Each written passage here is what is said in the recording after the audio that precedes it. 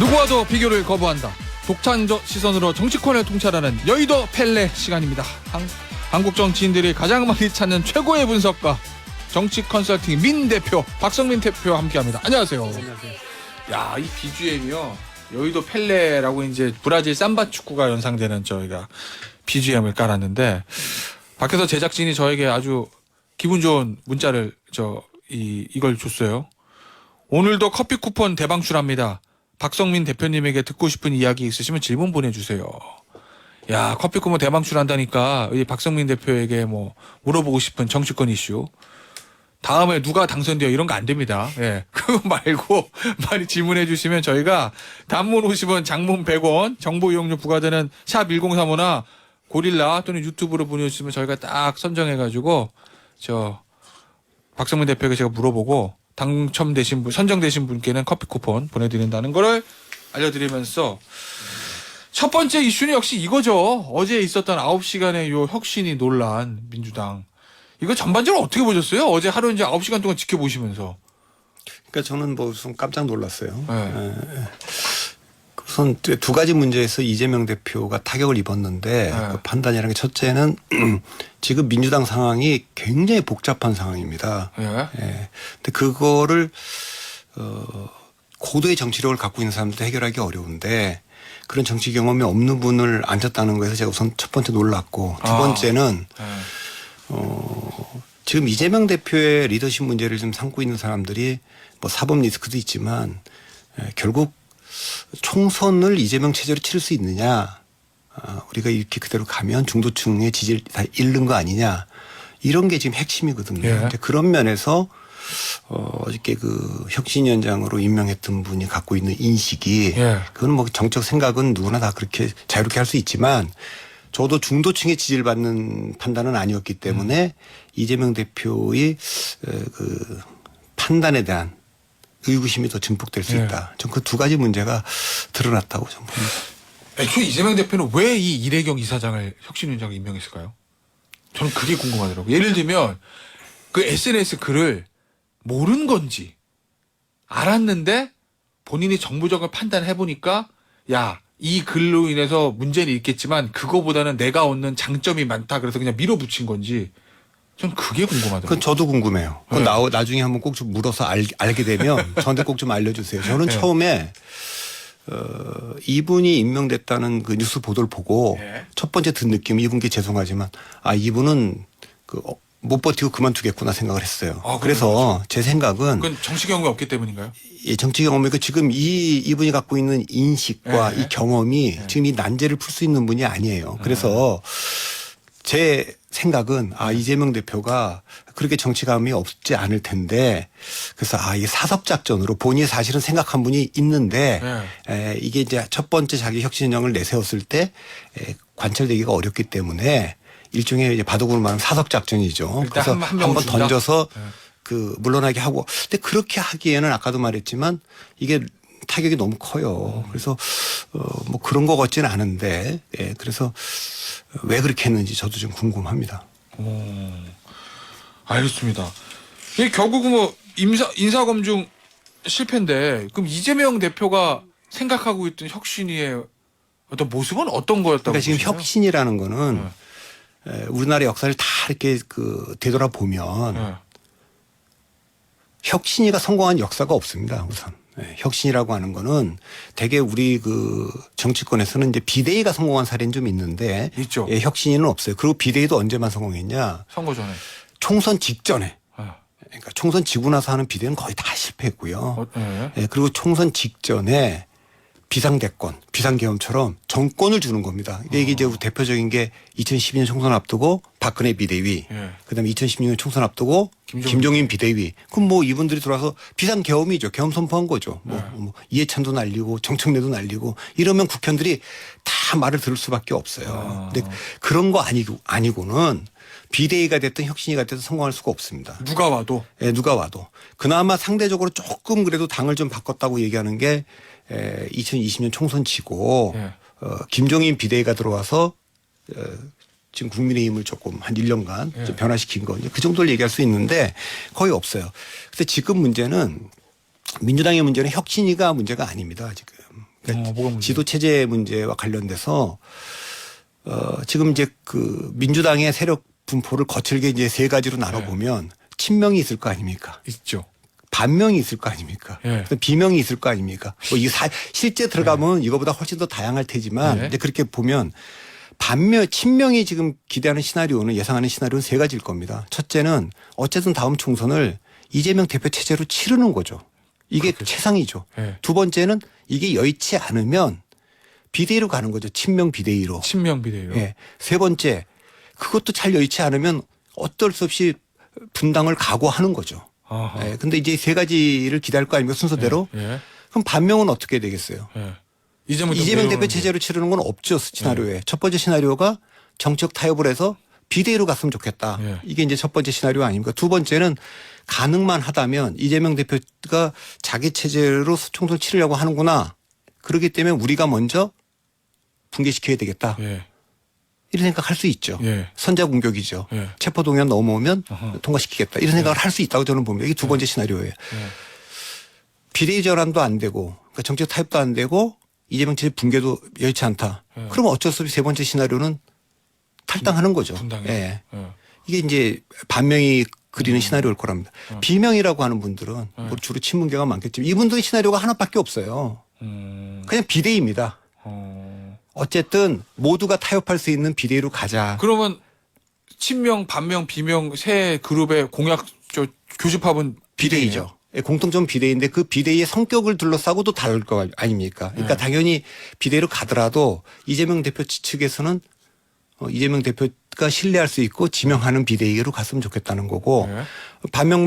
반명과 비명은 그건 안 된다. 모두가 다 공감할 수 있고 받아들일 수 있는 카드로 가야 된다. 뭐 이런 정도 얘기를 하지 않을까요?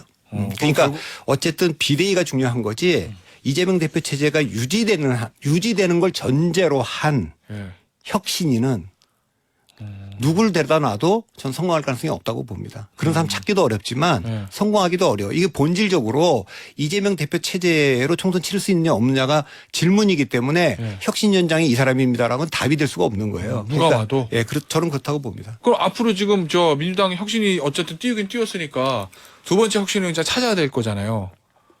이제 그게 그렇게 될지 네. 이제 이건 도저히 안에서 뭐 지금 혁신위가 지금 문제가 핵심이 아니다라고 하고 뭐 이재명 대표가 처리하고 후퇴하고 결국 지도 체제 문제로 넘어갈지 아니면 예. 강경한 입장으로 이건 뭐 내 리더십에 대한 정면 도전이다. 예.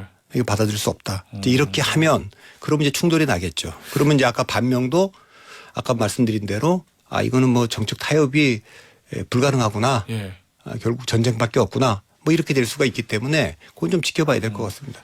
황선홍님, 박경익님 등 같은 많은 청취자분이 이런 문자 주세요. 결국은 요번에 이래경 혁신위원장 선임 문제가 당의 혁신보다는 이재명 대표 지키기를 하기 위해서였을까? 그게 아닌가라는 취지의 질문 주고 계신데 오늘 아침 조만간 신문 보면 비명계 의원의 말로 친위 쿠데타 하려다가 친명계가 친위 쿠데타 하려다 실패한 거다. 요렇게 모 비명계 의원이 얘기했다. 제 얘기가 아닙니다. 예. 조간신문으로 그게 보도가 됐거든요.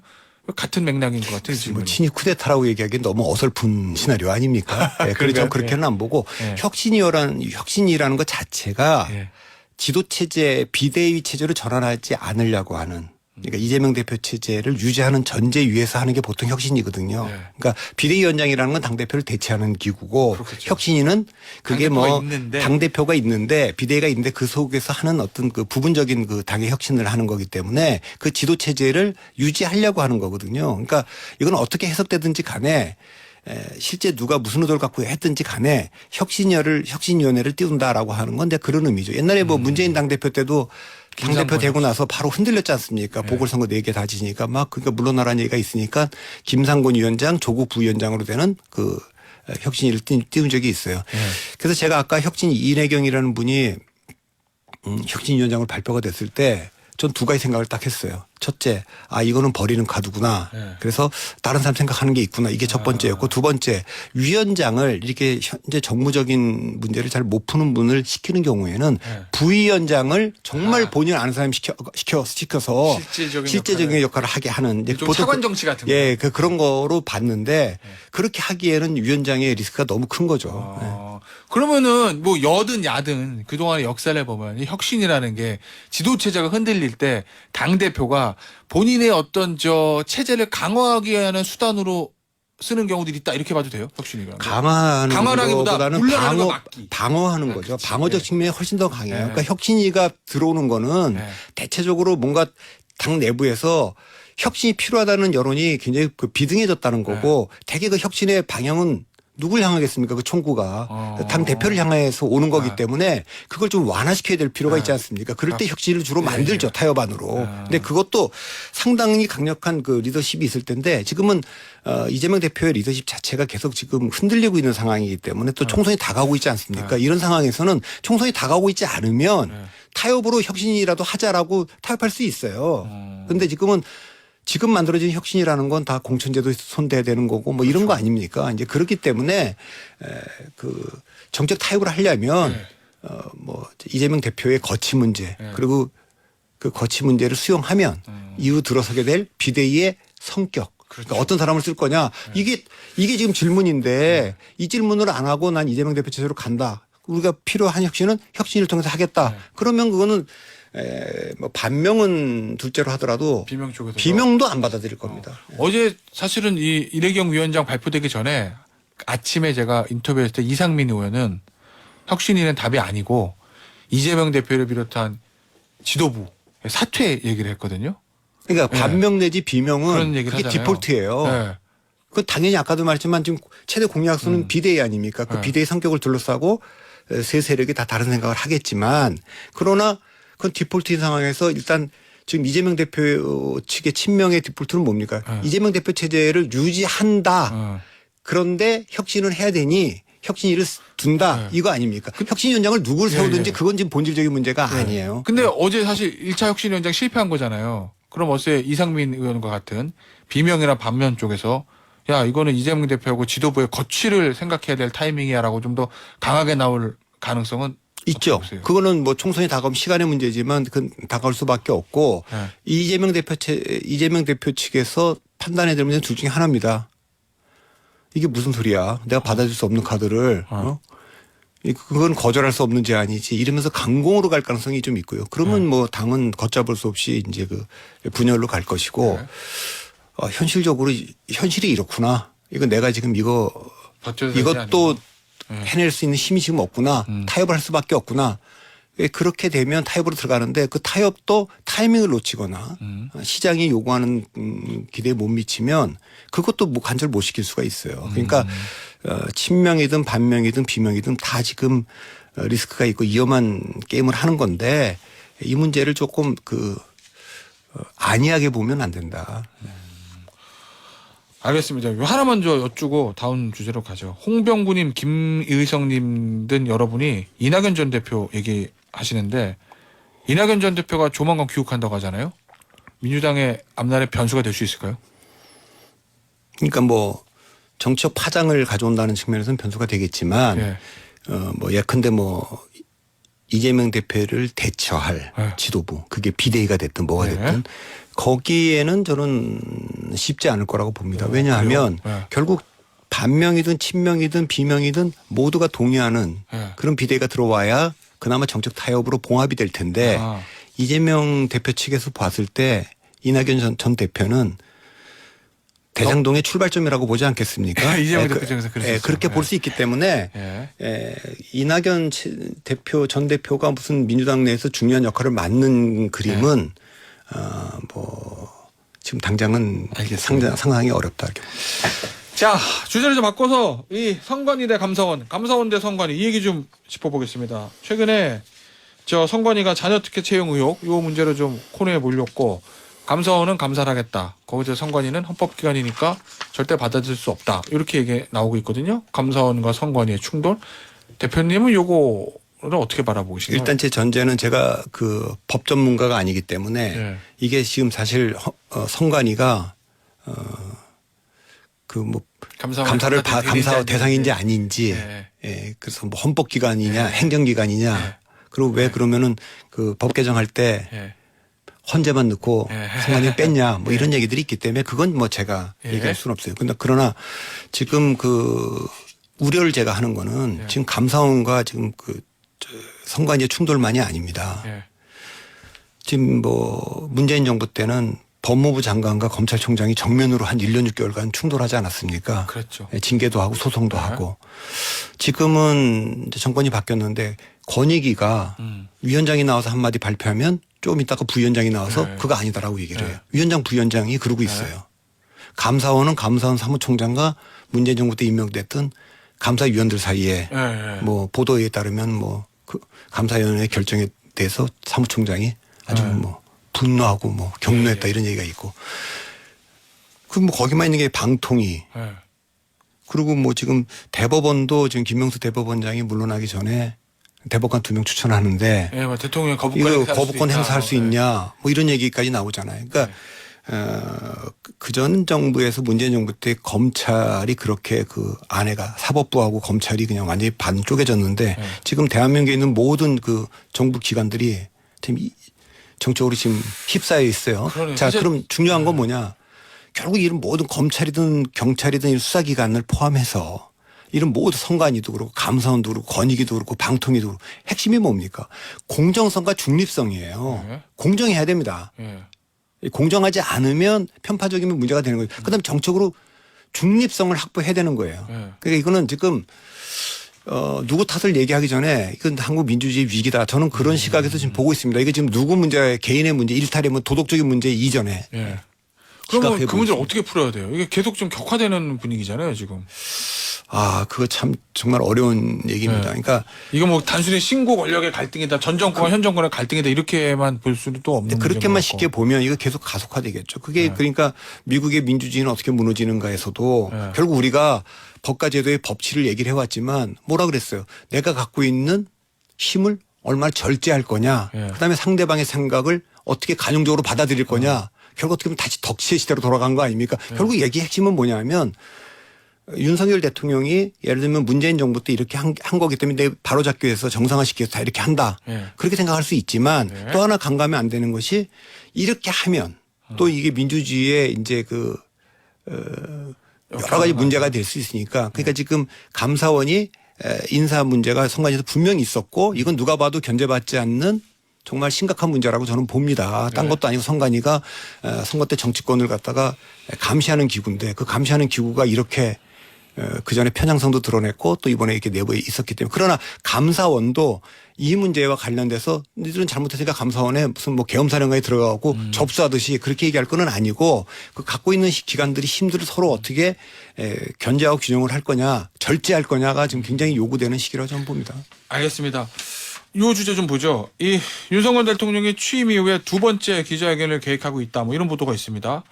새로운 소통 방식을 보여주겠다. 이런 얘기도 나오고요. 혹시 용산에서 우리 박 대표에게 전화해서 새로운 소통 방식 어떻게 하는 게 좋겠냐고 조언을 구한다면 뭐라고 답해 일단 주시겠습니까? 뭐 물어볼 리가 없으니까 그건 기대. 가정입니다. 일단 네. 1년 됐으니까 네. 대통령이 이제 기자회견을 좀 진작했어야 된다고 저는 봅니다. 왜냐하면 결국 무엇을 할 것인가 어떻게 할 것인가 왜 할 것인가가 있으면 무엇을 할 것인가는 전문가의 영역입니다. 뭐 연금 개혁을 해야 된다, 노동 개혁을 해야 된다. 그다음에 어떻게는 관료들이 제일 잘 알아요.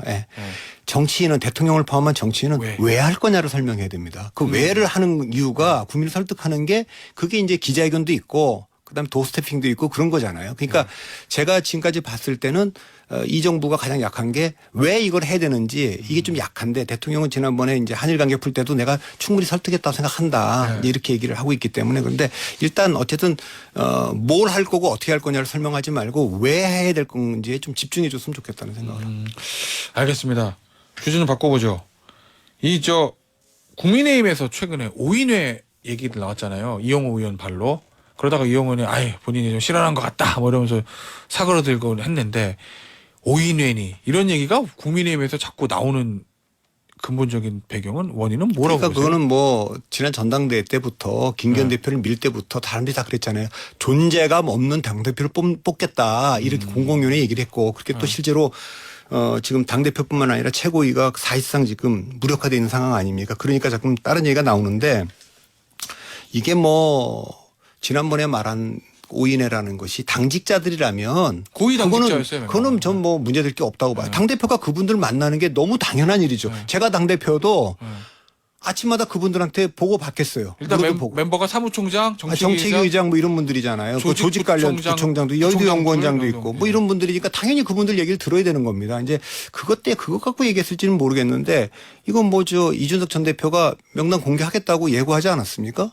곧 알게 될 거라고만 저랑 인터뷰할 때 곧 이름이 본인이 공개하겠다는 말은 안 했어요? 예, 실제 누군지는 곧 알게 될 거예요. 그 이제 이름 나올 때 됐는데 뭐 이런 식으로 얘기를 그러니까 하겠습니다. 지금 나와 있는 뭐 사실은 이제 뭐 친윤이든 뭐 장애간이든 이런 분들이 따로 모여서 당대표께 이렇게 보고를 드리는 거 저는 그건 문제 없다고 봅니다. 실제로 지금 그럼 최고위원들이 자기들이 권위를 얻기 위해서 그렇게 위상 있게 뭐 얘기하냐 또 그것도 아니에요. 그러니까 당대표나 최고위원회 스스로가 자기들의 권위를 지키기 위해서 지금 무슨 뭐 강력하게 뭐 조치를 하고 있다. 그렇게 할 수 있으면 할 수 있어요. 충돌이 나더라도 대통령실하고 충돌 나고 또 뭐 실세들하고 충돌 나더라도 그건 뭐 지도부가 할 수 있는 건데 그건 지금 안 하고 있으니까 일단 벌어지는 문제일 거고 두 번째는 뭐 총선 앞두고 이런 얘기는 늘 있었어요. 그러니까 지난 그 2016년도에도 김무성 당대표는 김무성이 보통 정치력 있는 분이 아니잖아요. 그런데도 공천과 관련된 걸 비선 딴 데서 한다. 그리고 이제 그걸 간첩시키려고 하니까 충돌이 자꾸만 나지 않았습니까? 그 얘기도 당시에 정치인들이 그래도 정치적인